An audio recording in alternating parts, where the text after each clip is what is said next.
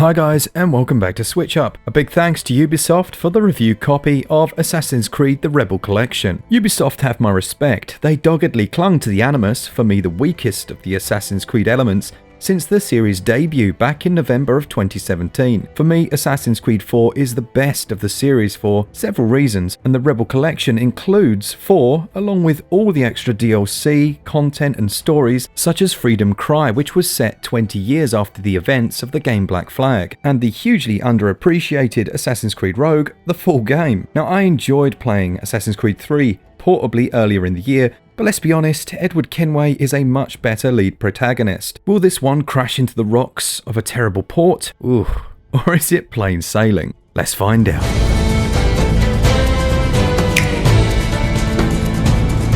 I'm going to focus on Black Flag here and the lead Edward, the grandfather of Connor, who you play as in the last game. Set in and around the 18th century port of Nassau, where pirates have established a foothold and are now vying to create an independent state of sorts, the underlying optimistic plot of Edward seeking fame and fortune perfectly paralleled the bright and colourful tropical aesthetic of the world of Black Flag, which when filled with these famous grimy pirates adds a charm and character to the series it just previously hadn't seen. Till the next war calls me to service. Lucky King George, having a piss pot like you flying his flag.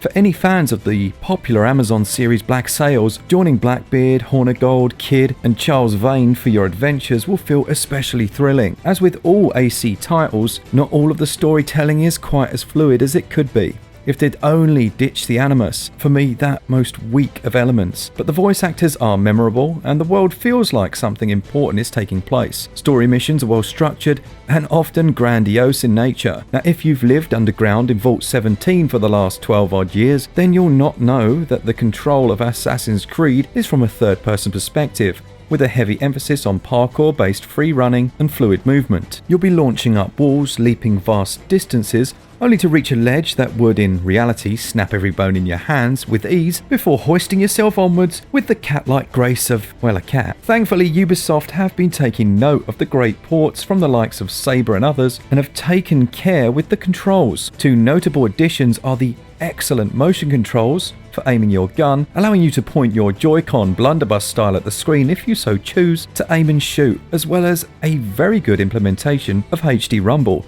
I don't usually notice this, if I'm completely honest, but it's definitely noteworthy here, with a very granular feeling to each different weapon, and especially when in ship combat. Other options include being able to tweak just about everything, and yes, the X and Y axis are fully customizable for that one guy who always asks down in the comments. One other nice feature are the touch screen in handheld mode options, allowing you to swipe through menus and interact with the game that way if you so choose. In previous titles, there was a large focus on climbing towers to uncover more of the map, and the sometimes quite hollow side activities that you can engage in, they're still here. Thankfully, this has been toned down though, while now being a smaller and hopefully more engaging pastime. One area where the series up to this point didn't do well, and it's the case here, are the side missions. You won't be going off the beaten path to solve why an entire village have turned into pigs, like in The Witcher, for example. Instead, side content is very much preset mini challenges, assassinating a ringleader or hunting down and liberating the goods of plantation owners. Combat is of the old counter button push formula variety, which while it looks flashy, reduces most melee to a simple timing of a button press.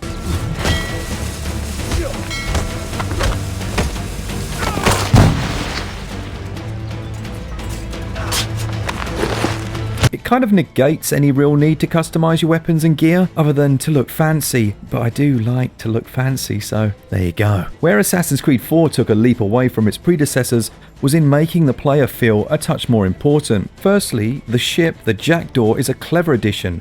Making us care about earning money to upgrade it and improve the crew was, for me, far more motivating. And as she gradually evolved into a war machine, there's a touch of a Sid Meier's game going on here as well. Ship combat is also very good. They worked hard to make everything seamless.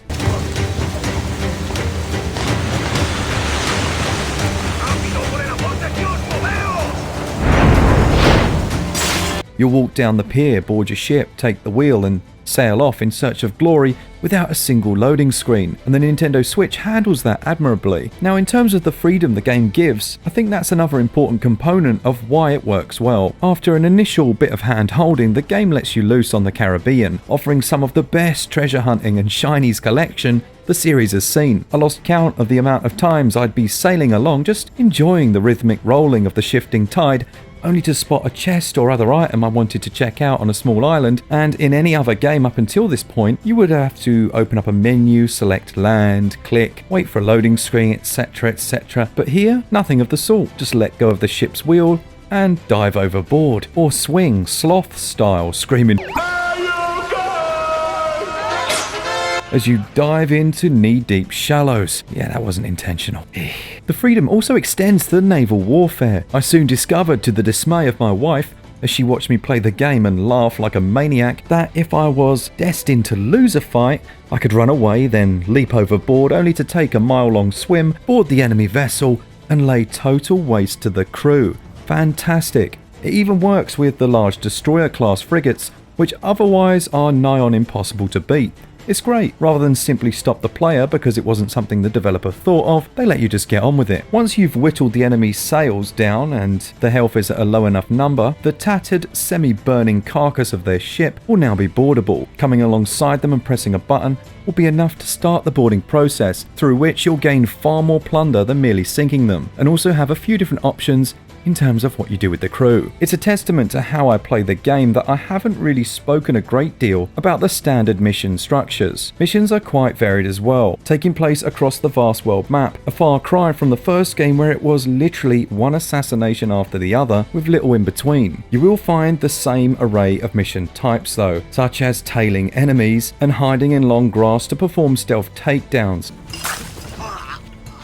It's definitely not worlds away in that regard, and those still are as tedious as ever. It's more how they're applied that work better for me. The gripes I have with the game are series-long ones. Why, as a stealthy assassin, can't I crouch and lie down on the ground? Who knows? Why can't I change clothing to disguise myself Hitman style? And why did you not let me name my own ship? Still, for the most part, the feeling of freedom and exploration carries over wonderfully to the Nintendo Switch version, and it all hinges on how those visuals and performance are, and we'll cover that in the next section. Gameplay though, for me, scores 18 out of 20, and the controls, they're mostly good, just hindered by some quirks when holding the free running button, but again, those are series long. Controls score 16 out of 20.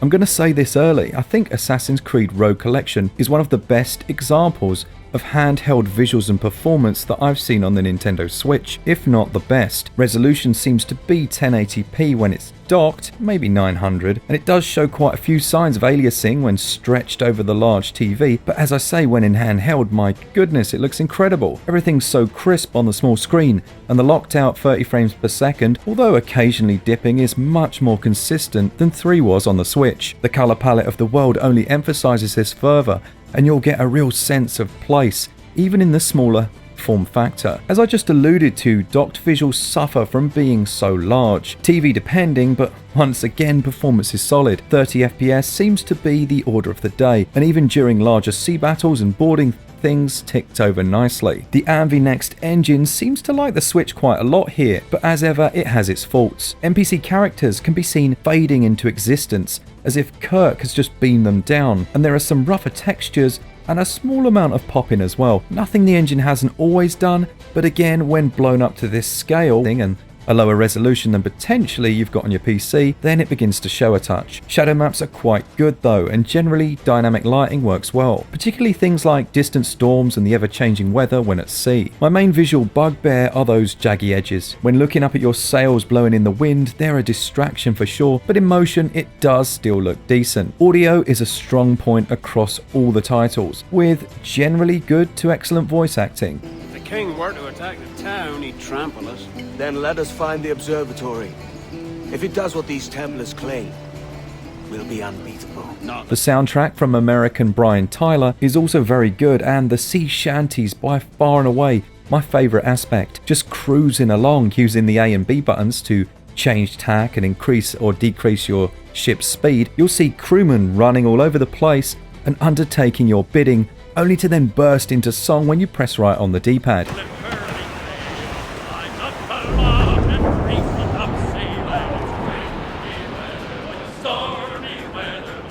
feels very authentic and it's just cool, isn't it? More of these are collected as well throughout the game as you free run your way towards floating sheets of music, and man did I want to collect these. Music in the other titles is also decent, with particular credit to Haitian group La Troupe Macandal, who worked with others on the excellent Freedom Cry DLC. Visuals and performance are fantastic in handheld and decent in docked. They score 16 out of 20 overall. Audio is excellent across the board, and those sea shanties just capture the flavour of the 18th century high seas. The fidelity seems very high. It scores 19 out of 20. In terms of value then, the game's going to set you back £39.99, €39.99 or $39.99 and can be had physically. Right off the bat, the pricing's a little bit odd for us Brits. We're essentially being charged around 25% more for the game at these prices. Now on the flip side of that, I've also been able to source it already for around about £30, so that negates that if you're a physical collector. For everyone else like me, just buy it from the US eShop. In terms of content then, AC4 alone is a massive game to 100%. Just hunting down whales and capturing the largest ships to plunder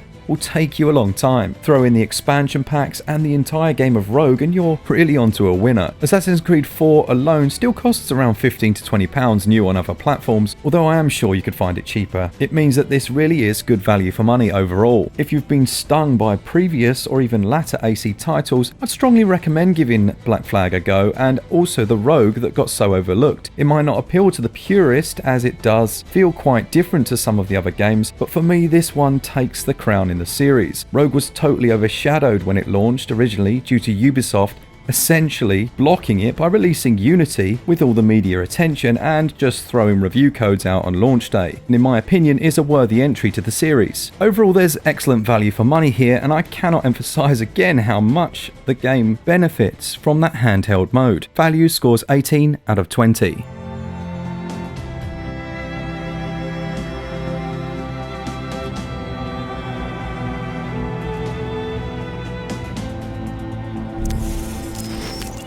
The Assassin's Creed Rebel Collection represents excellent value for money, and Ubisoft have clearly put in the time and effort to make this an excellent port. It's not perfect, and the game does definitely need a small patch to fix a few visual glitches here and there, but overall, especially in handheld, it looks great. It scores a SwitchUp score of 87%. Big thanks to the patron saints who support us every single month. If you'd like to join them, all links will be down in the description. Leave a comment and let us know what you thought of this one. And as always, for all things Switch all the time, keep it Switch up. Cheers guys, see ya! Rises early in the morning. Put him in the scuppers with the hose pipe on him. Put him in the scuppers with the hose pipe on him. Put him in the scuppers with the hose pipe on him. Early in the morning. Way hey up she rises. Way hey up she rises. Way hey up she rises.